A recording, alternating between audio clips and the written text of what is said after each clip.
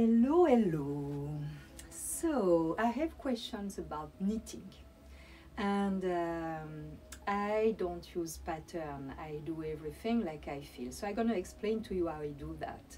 Because, for example, I made this tiny top like that with the beanie, and the back is like that. You see? So I made that. It's linen. And I made that from that t-shirt. So it doesn't look like that, the same, but I love that cut. It's different because this is very thin, but I got something else. So what I did, I measure the t-shirt, and after, so I took the base. For example, I started with the front, and so I measure that, maybe let's say it's 50 centimeters. And after I took different kind of set of needles and I did a little swatch. So this is another project I have with white, and I did a different swatch with different needles, and I feel the touch I prefer regarding the yarn. For this one, I prefer something more loose, hairy. When it's with smaller needles, it's too hard. I don't like it. So it's going to be something very loose, a little bit transparent. And I don't know what I'm going to do yet. I think I'm going to do a tunic, but I'm not sure. So this.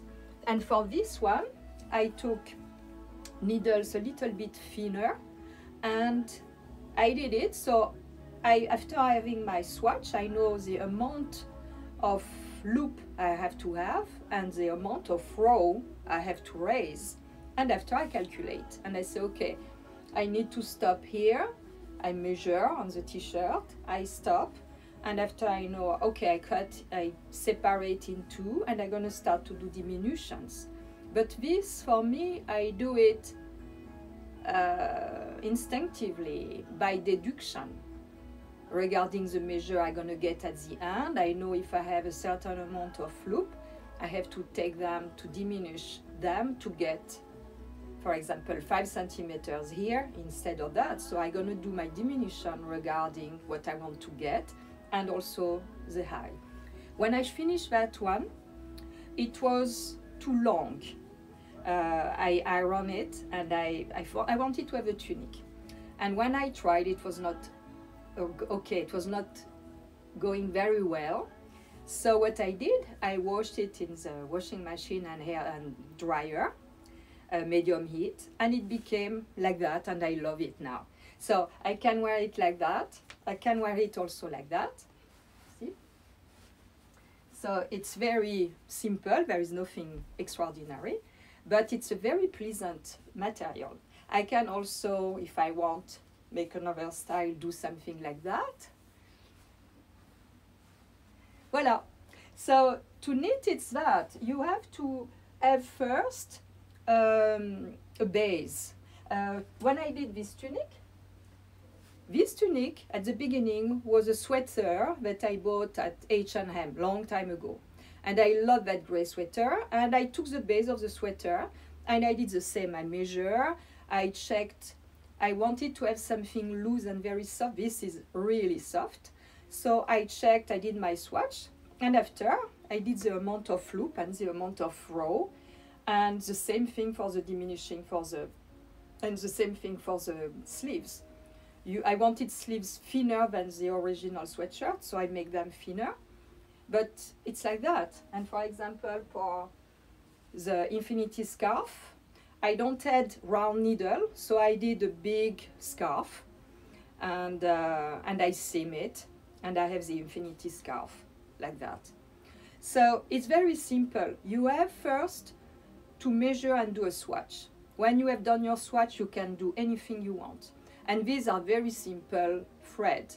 You can have more sophisticated thing. You can check online and find for patterns. It's for that I cannot give you a pattern because I don't have a pattern. For the beanie, it's the same. I had my favorite beanie, and I did the same thing. I calculate more or less with the swatch how many loops I need, and it came really nice. And this one, it's the same. I did the same thing. I just calculate. It's not circular because I don't have circular needle, but if you have a circular needle, you don't have even a seam, but we don't even see the seam. And I did the diminishing like I thought would be great. It's like a circle. So for example, on that one I had 50 loops, and for the diminution I started to do 2, 1, 2, meaning that instead of doing each loop, knitting each loop, I was knitting 1 and I was taking 2 together. So this was the first row, and I did this several times. The first was not really nice, so I undone and I did it again. It's not a problem, just to have the right amount of row to make the top. So this is, it's not complicated. Like this one, I'm finishing this one, but I started many years ago. I never took time to finish. So this is a very interesting yarn that gives like a fur feeling. So I am now attaching the sleeves, and this is the same. I took a sweater I had, I did the swatch, and I measure, and I did the length I wanted, and voila, and this is almost done. And I'm gonna do as well a kind of, band like that, just simple, not a beanie, just a band. I think it's quite nice. Voila, my secret. So don't ask me for pattern, please, because I don't have patterns, but you have to do your homework. You have to do your swatch. This is the most important thing, because this also, the size of the needles, the size of the thread don't mean a lot, because if you are knitting very straight, you will not get the same result as someone who's knitting loose. So it's up to you. You have to do your own swatch, and you have to do in a way, your own pattern.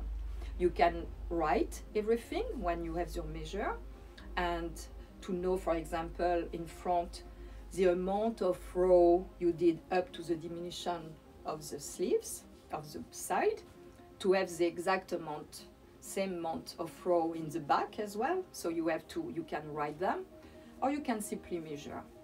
So this is what I was doing. Yeah, and don't ask me for my pants, because it's a very old one from Hussein Cheyenne. So it's like maybe 15 years I have it. Voila. I think next I'm gonna come with, people ask me my routine about food. This also, it's something quite instinctual, intuitive.